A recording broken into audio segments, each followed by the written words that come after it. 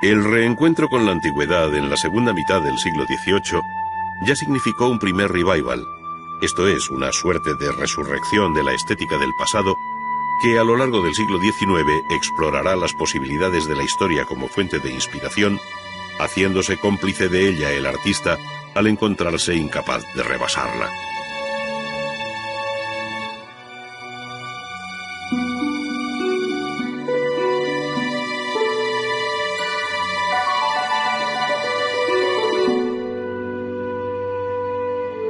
Así ocurrió con la escultura al modo antiguo, cuyo clasicismo radicaba en el tema elegido y en su blanca plasmación material, como muestra la poetisa Safo, de Pradier,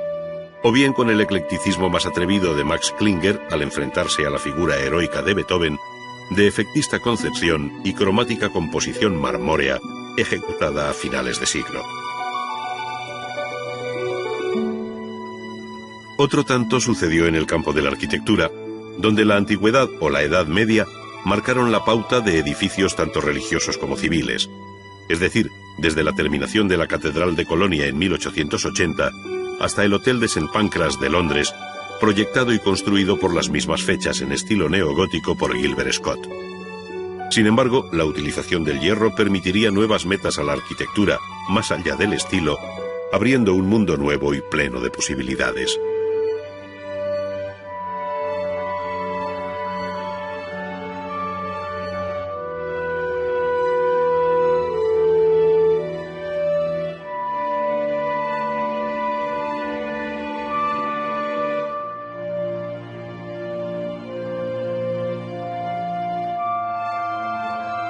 No obstante, el siglo XIX siguió siendo un siglo de utopías, y en el campo de la arquitectura, pocas como el sueño de Gaudí en relación con el templo votivo de la Sagrada Familia de Barcelona. Es un edificio concebido desde la religiosidad neocatólica del siglo XIX y proyectado a lo largo de muchos años a caballo entre los siglos XIX y XX. Gaudí solo pudo dirigir la fachada del Nacimiento, en un estilo que enlaza con la arquitectura gótica de la catedral medieval, si bien con acentos absolutamente originales que le dan una personalidad muy distinta, pese a la apariencia puntiforme y neogótica de sus esbeltas y elevadas torres.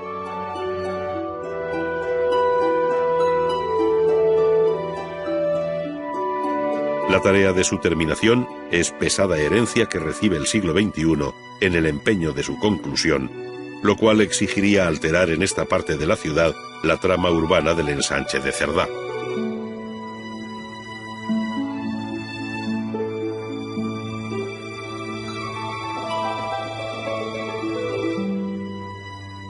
Los viejos estilos históricos fijaron también muchos de los comportamientos de los pintores del siglo XIX,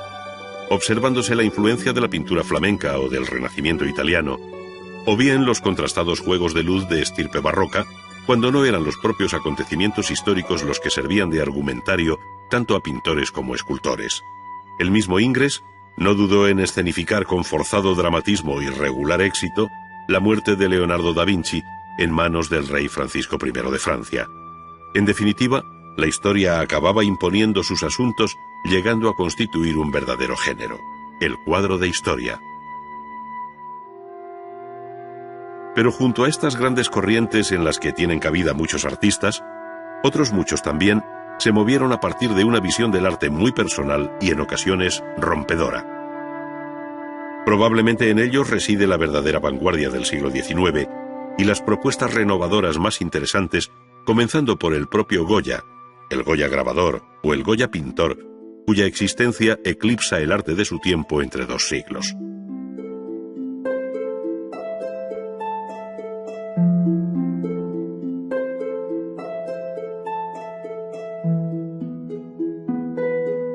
Junto al romanticismo y realismo de la primera mitad del siglo XIX, se debe poner en el platillo de la otra segunda mitad al impresionismo y neoimpresionismo, como los movimientos más notables que revolucionarían el arte en general y la pintura en particular. Sin dejarse llevar por esquemas muy rígidos que falsearían la realidad, lo cierto es que después de la Guerra Franco-Prusiana, a partir de 1874, Francia vivió un tiempo absolutamente excepcional en cuanto a actividad artística, haciendo de París el crisol del arte moderno.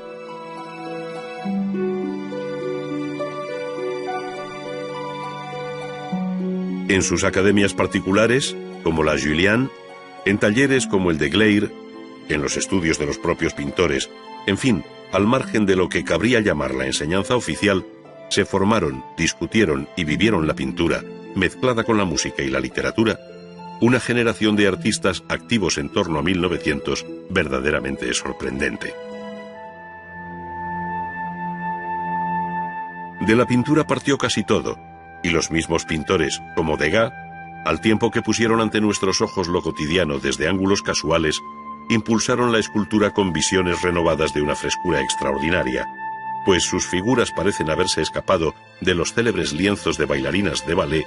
haciéndose vivas y tridimensionales. Qué lejos quedan la anécdota, el bibelot o la grandilocuencia de la historia. Hay más vida en Degas o en la cabeza infantil del italiano Medardo Rosso, muy afín a la visión impresionista de la pintura, que en aquellas visiones que parecen nacidas con la precoz vocación de vestir pronto la sala de un museo.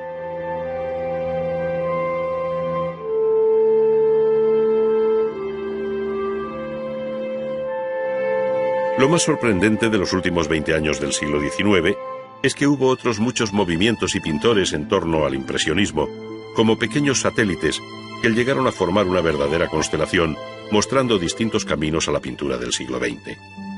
Es lo que en ocasiones se ha llamado el postimpresionismo, sin que sea muy clara la secuencia cronológica, aunque sí la conceptual. Nombres como Gauguin, Van Gogh o Émile Bernard, el padre del cloisonnisme, son solo algunos de sus protagonistas.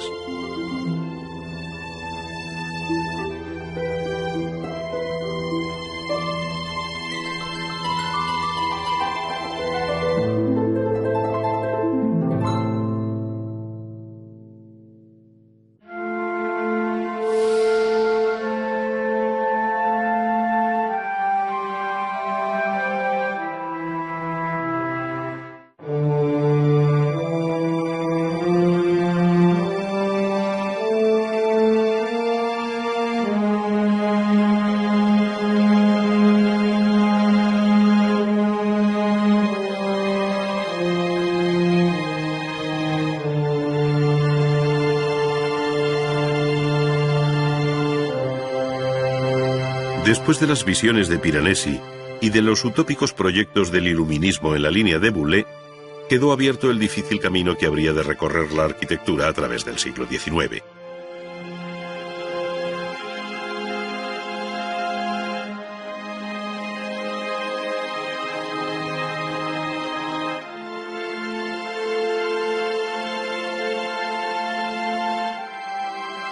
El neoclasicismo había cerrado la centuria anterior como el último gran estilo arquitectónico, basado en la rígida disciplina académica de los órdenes clásicos.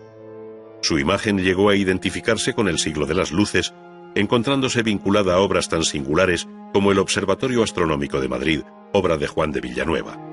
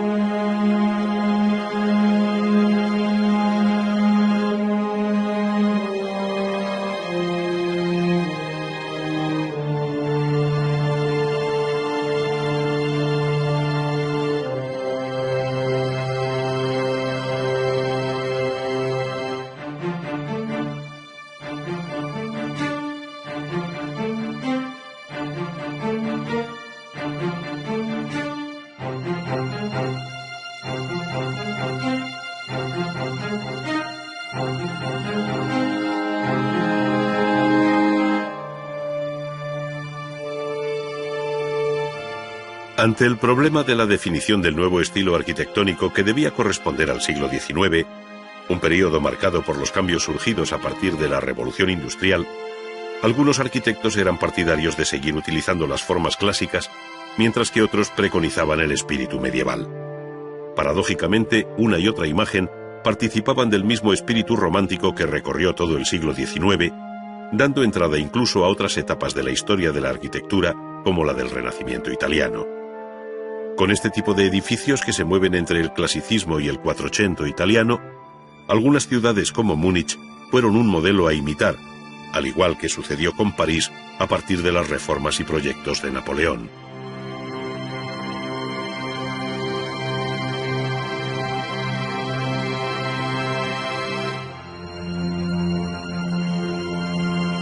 Por otro lado, la última arquitectura neoclásica cobró tintes romanos o griegos, según conviniera, reproduciendo fórmulas vistas en la bóveda del Panteón de Roma o en las estoas griegas, como hizo Schinkel en un mismo edificio, el Altes Museum de Berlín.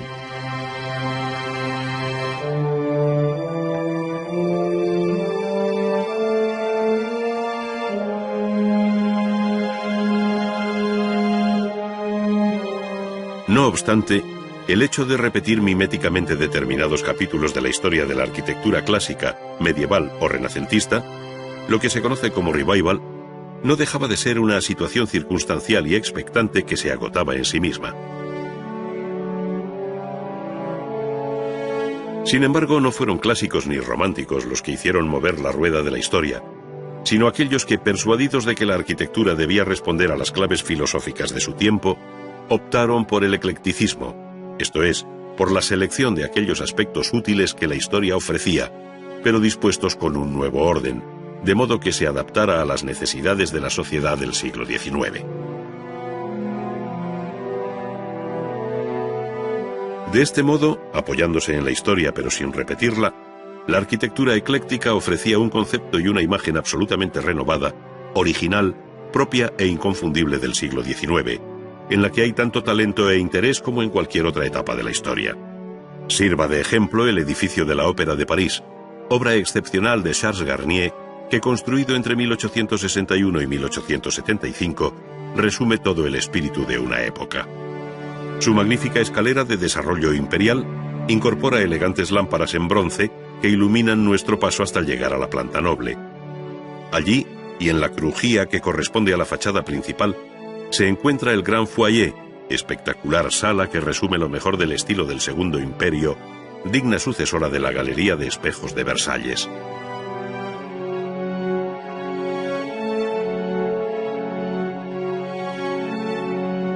Por si todo esto no fuera suficiente, el siglo XIX alumbró una desconocida faceta de la arquitectura, la más legítima hija de la Revolución Industrial, la que llamamos arquitectura del hierro. Así, lo que había comenzado siendo una simple solución auxiliar de la arquitectura, esto es, elementos de hierro forjado para asegurar o fijar los materiales tradicionales, se convirtió ahora en el material básico de la construcción. Europa y América conocieron a lo largo del siglo una creciente fiebre del hierro y del acero, al compás de la mejora y abaratamiento de los productos siderúrgicos, primero a base de hierro fundido y luego laminado, desplazando a la piedra, madera y ladrillo, con los que hasta entonces el hombre había construido sus edificios desde el más remoto de los tiempos.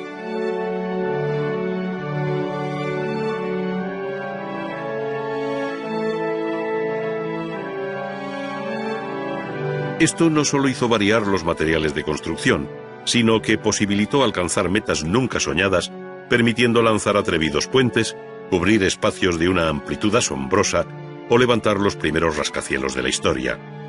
El apurado cálculo de las nuevas estructuras metálicas, la economía y la ligereza de la construcción reforzó profesionalmente al ingeniero frente al arquitecto, al tiempo que en el campo de la creación se planteaba un serio debate entre el arte y la máquina.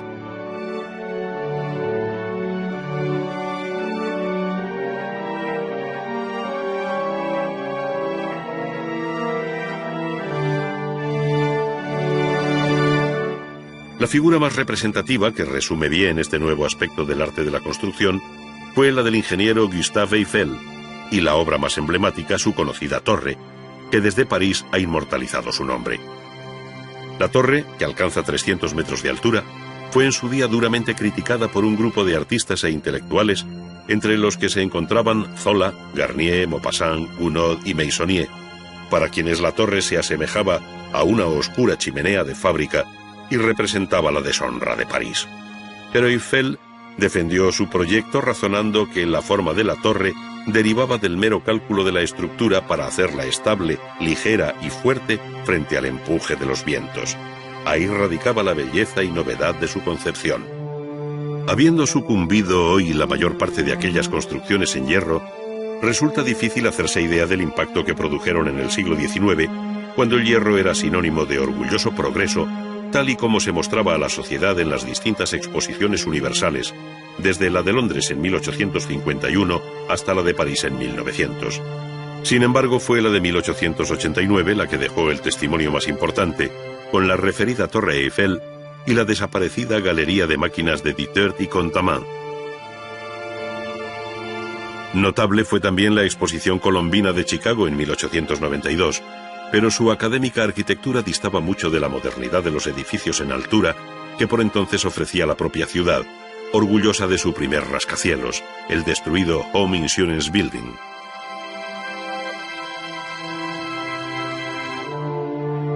Si bien en otras muchas ciudades americanas se percibe la grandeza de aquellos edificios que acabaron teniendo mucho de mundana catedral, fue Chicago la pionera por el número y calidad de obras que llegó a levantar con estructura de acero. En los últimos 20 años del siglo XIX,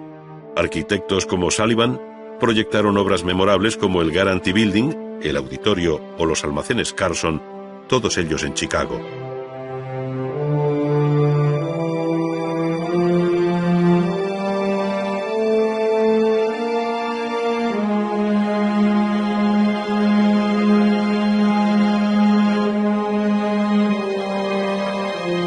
Sus luminosas y porosas fachadas dejan ver cómo el cambio material y estructural, esto es, la utilización del acero en el esqueleto del edificio,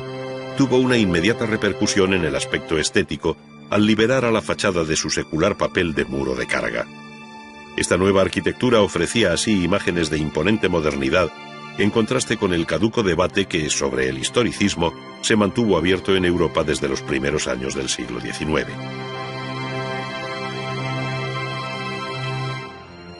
Durante esta centuria, la ciudad conoció igualmente cambios sustanciales, pues agotadas las posibilidades de los núcleos históricos, estos se renovaron al modo de París, o bien conocieron ordenados ensanches, como el de Barcelona debido a Ildefonso Cerdá.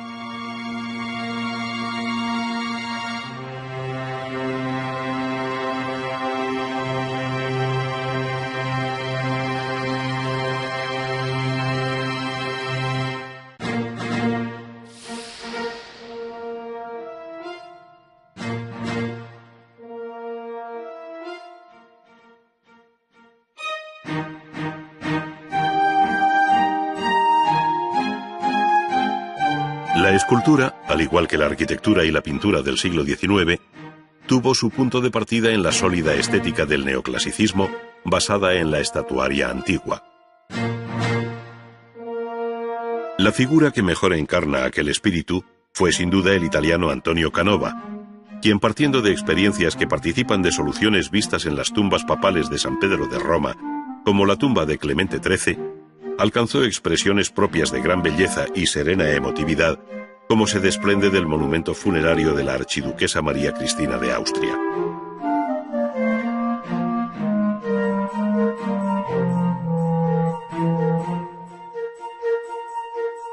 Sus obras finales, como las Tres Gracias, figuran entre lo más depurado del neoclasicismo europeo y señalan la nueva dirección de aquella escultura que, participando del mundo clásico, evidencian su pertenencia a un mundo diferente en el que la antigua grandeza se ha trocado en frágil belleza.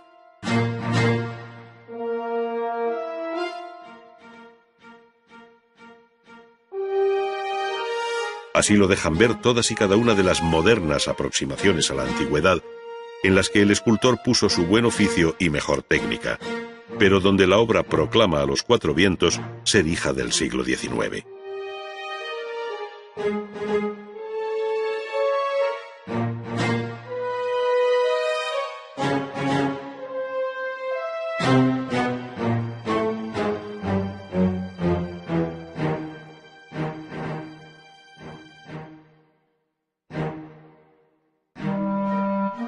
El desnudo femenino fue uno de los temas recurrentes durante todo el siglo XIX, pero rompiéndose el equilibrio de la herencia neoclásica, se aventuró por arriesgados caminos que van del romanticismo al realismo más exigente, al llegar a obtener vaciados de modelos vivos. Solo el nuevo espíritu impulsado por Rodin, y el modernismo en general devolvieron a la escultura el interés por la forma más allá de la mera anécdota.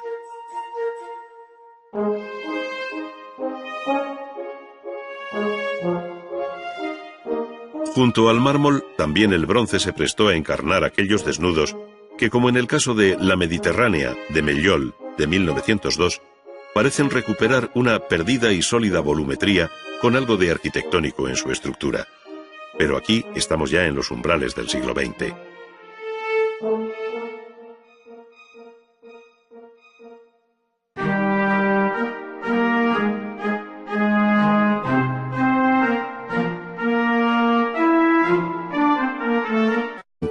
Pese a la apariencia puntiforme y neogótica de sus esbeltas y elevadas torres.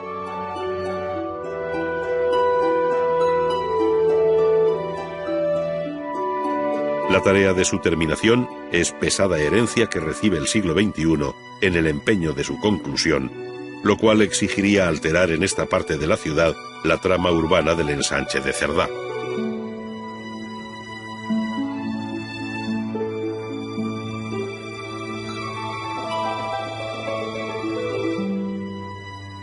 Los viejos estilos históricos fijaron también muchos de los comportamientos de los pintores del siglo XIX, observándose la influencia de la pintura flamenca o del Renacimiento italiano, o bien los contrastados juegos de luz de estirpe barroca, cuando no eran los propios acontecimientos.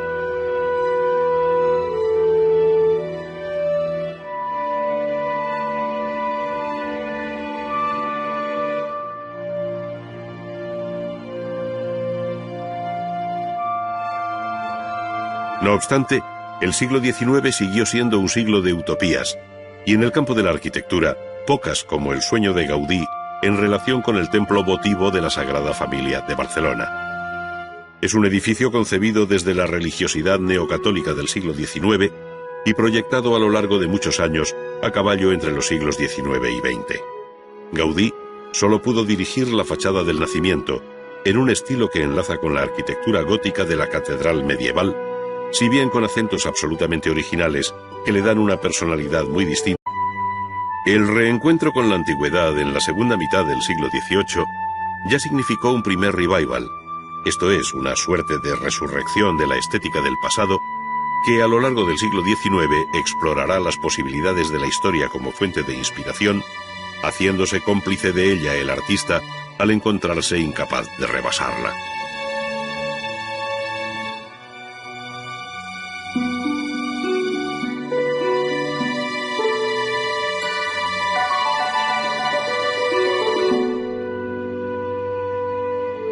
Así ocurrió con la escultura al modo antiguo,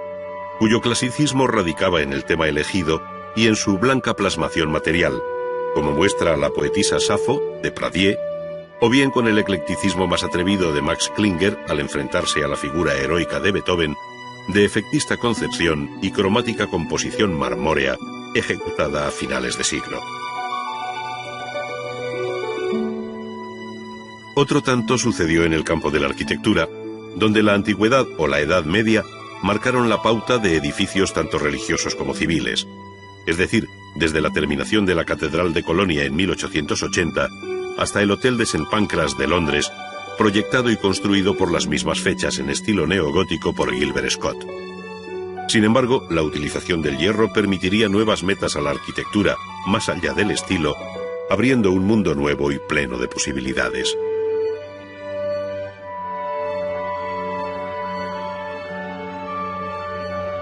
Históricos los que servían de argumentario tanto a pintores como escultores.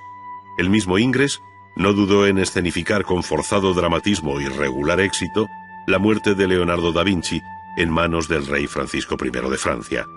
En definitiva, la historia acababa imponiendo sus asuntos, llegando a constituir un verdadero género, el cuadro de historia.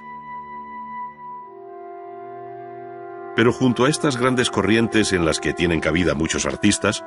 otros muchos también se movieron a partir de una visión del arte muy personal y en ocasiones rompedora. Probablemente en ellos reside la verdadera vanguardia del siglo XIX